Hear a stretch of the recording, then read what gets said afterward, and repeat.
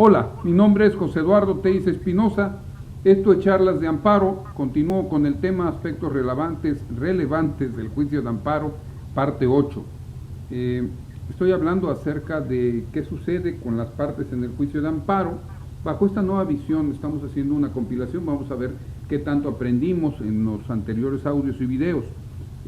Ya dijimos el concepto del juicio de amparo y estamos diciendo las partes del juicio de amparo, que es el quejoso y la autoridad responsable.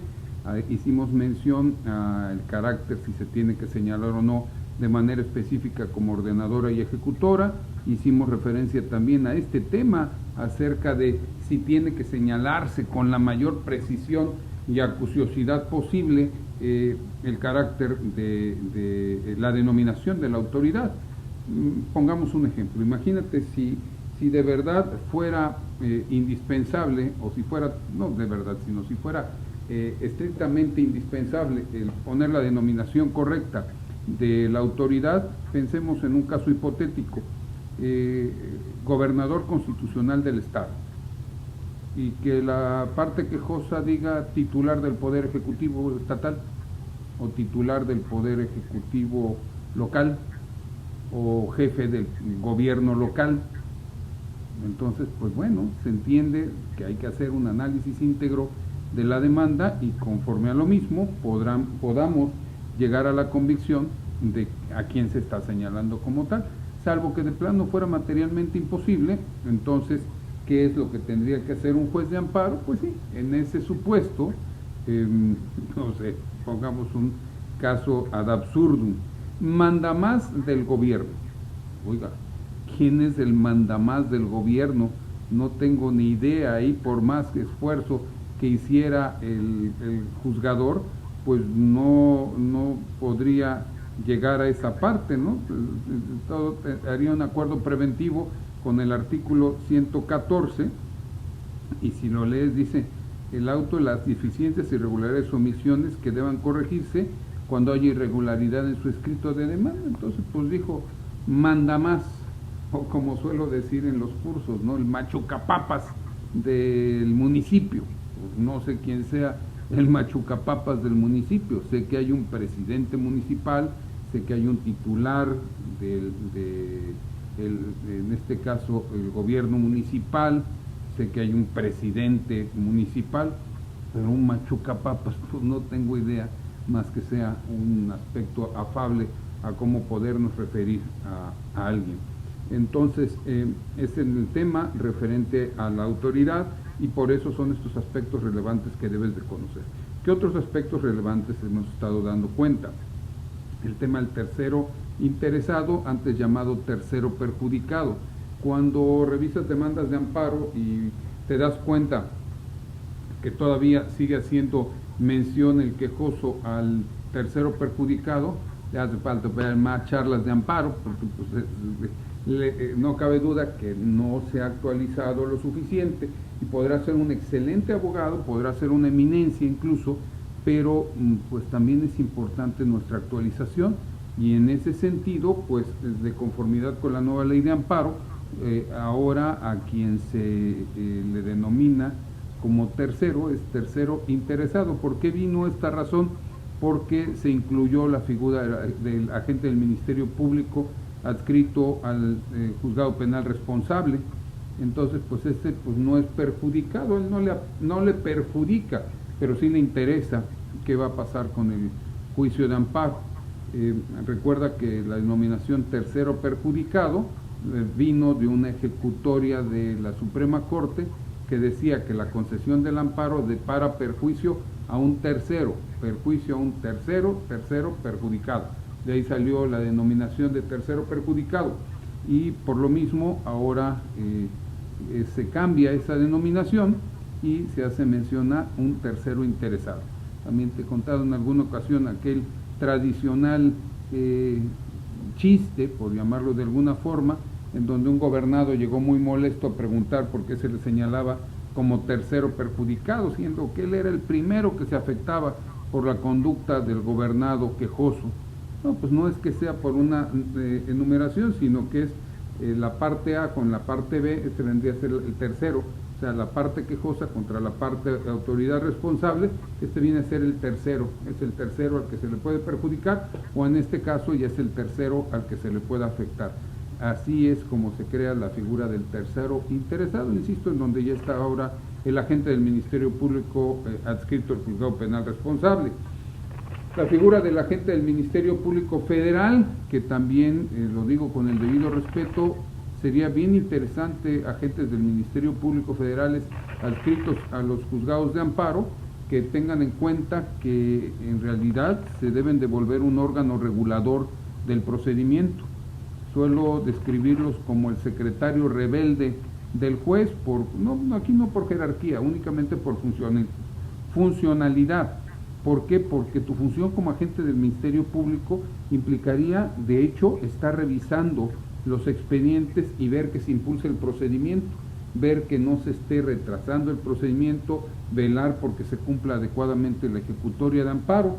Sin embargo, pues en ocasiones no se hace así, nada más el agente del Ministerio Público se dedica a presentar un pedimento, pero si el señor agente le diera lectura al artículo 5 de la ley de amparo, pues ahí nada más viene el tema de la limitación en tu participación para la interposición de recursos, 5ª fracción 4ª de la ley de amparo, pero no habla de una limitación más allá. Y si haces un análisis concatenado con los artículos de la ley de amparo, en donde se hace mención a que ningún expediente podrá archivarse sin que esté cumplida debidamente la ejecutoria de amparo, pues ahí es en donde puede encontrar esta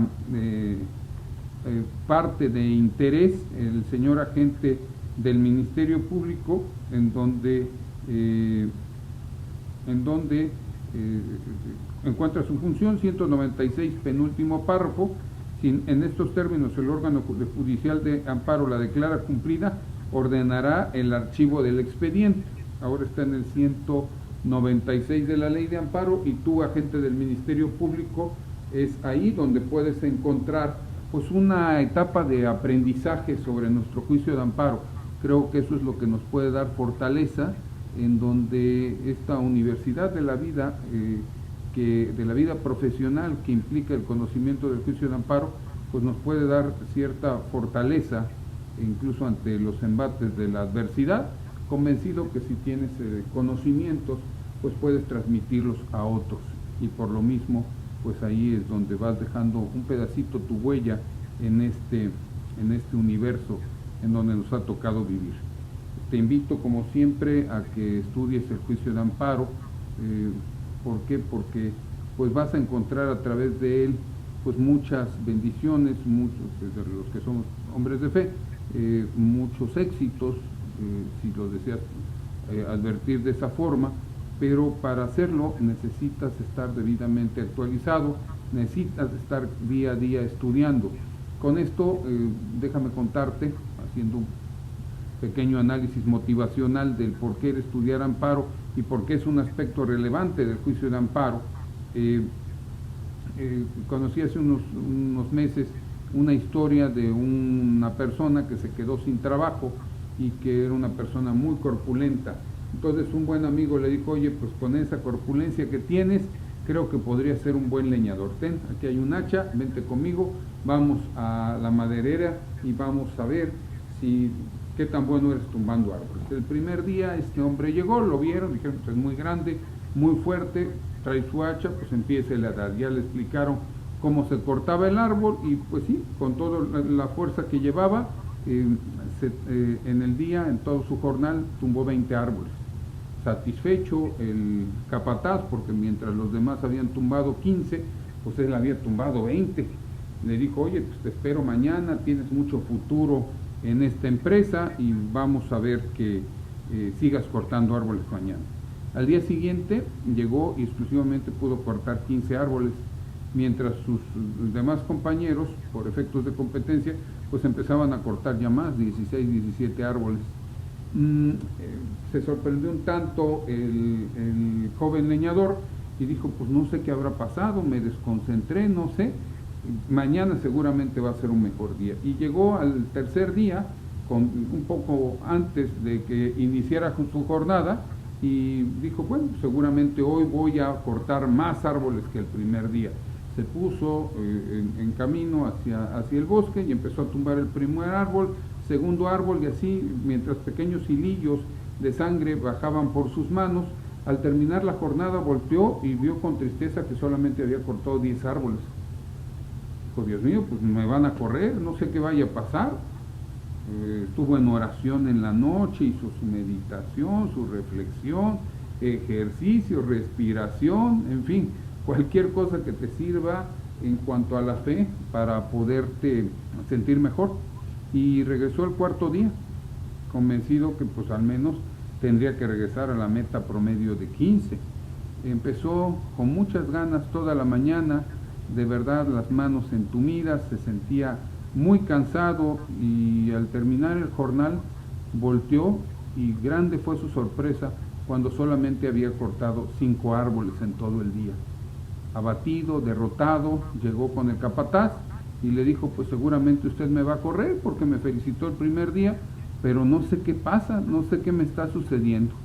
El capataz, que era un hombre sabio, se limitó a decirle, ¿afilaste tu hacha? ¿Cómo? Sí, dice, durante la jornada, ¿afilaste el hacha? No, es que estaba yo muy ocupado cortando árboles. No, dice, este trabajo requiere que, aunque estés cortando árboles, te des un espacio y empieces a afilar tu hacha, para que los siguientes árboles pues los cortes con la misma facilidad que el primer día. El leñador entendió la lección. A partir de ese día, todos los días afilaba su hacha y cortaba 20 o más árboles diariamente. Esto te lo cuento, ¿por qué? Porque la relevancia del juicio de amparo, uno de sus aspectos también implica la diaria actualización, la diaria profesionalización. Los viernes, sábados o domingos, en realidad aparecen publicadas por regla general los días viernes, que conozcas las jurisprudencias de la Suprema Corte de Justicia de la Nación, www.scjn.gov.mx, ahí encuentras el link del Semanario Judicial de la Federación, o lo puedes ver aquí precisamente en Charlas de Amparo, en lo que viene a ser Facebook y Twitter, es donde normalmente ponemos el link, pero con ello es que debes de permanentemente estarte capacitando, actualizando y todo. Dices, bueno, pues no me gusta, no es correcto, en algunos otros países el juicio de amparo es mucho más sencillo, en fin, podrías argumentar lo que quieras, pero lo importante es que lo que tenemos nosotros es un juicio de amparo hasta este momento altamente técnico. Cierto es, como vamos a ir viendo a lo largo de estas charlas, que hay aspectos relevantes en donde, por ejemplo, la suplencia de la queja ya se hizo extensiva a otras materias, ya se hizo extensiva incluso a la materia administrativa por jurisprudencia de la Suprema Corte. Artículo 79, fracción sexta de la Ley de Amparo, dice que aún en ausencia de conceptos de violación o agravios, si estás en presencia de una violación evidente de la ley. Si hay esa violación evidente de la ley, pues el juzgador tiene que suplir. Siendo así, regreso a este aspecto relevante, la parte quejosa, la parte autoridad responsable, la parte tercera interesada, el agente del Ministerio Público, y son las partes en el juicio de amparo. Y nuestro juicio de amparo, como ya habíamos dicho en alguna charla, se rige a través de esos principios. 5 principios, hay quienes dicen 6 por el de prosecución judicial, pero yo hago el análisis conforme a estos 5: el principio de instancia de parte, el principio de agravio personal y directo o interés legítimo, ahora lo podríamos manejar así, el principio de definitividad, el principio de relatividad y el principio de estricto derecho o suplencia de la queja. En el caso del principio de instancia de parte, en el nuevo juicio de amparo, la gran ventaja que se tiene es que el concepto de interés jurídico se amplió, y no solamente hay interés jurídico, hay interés legítimo. En una reciente tesis de la Corte, una de sus salas dijo que se sustituyó, yo quiero entender por la lectura que dimos ya a las 5 ejecutorias respectivas, lo dijo exclusivamente en una de ellas, en donde ocupó la palabra se sustituyó, pero entiendo que del concepto grupal o íntegro de la ejecutoria se advierte que se refiere más a se amplió el concepto del interés jurídico yendo hacia allá, hacia el interés legítimo. Entonces, el interés jurídico, derecho subjetivo tutelado por la ley, y el interés legítimo, situación especial en que se encuentra el particular frente al orden jurídico cuya transgresión afecta derechos humanos y garantías, sin que sea directamente el receptor inmediato. Pero bueno, de eso seguiremos contando y vamos a hablar también del principio de definitividad. Pero ¿qué te parece? Mientras eso sucede, mi nombre es José Eduardo Teiza Espinosa. Esto es Charlas de Amparo.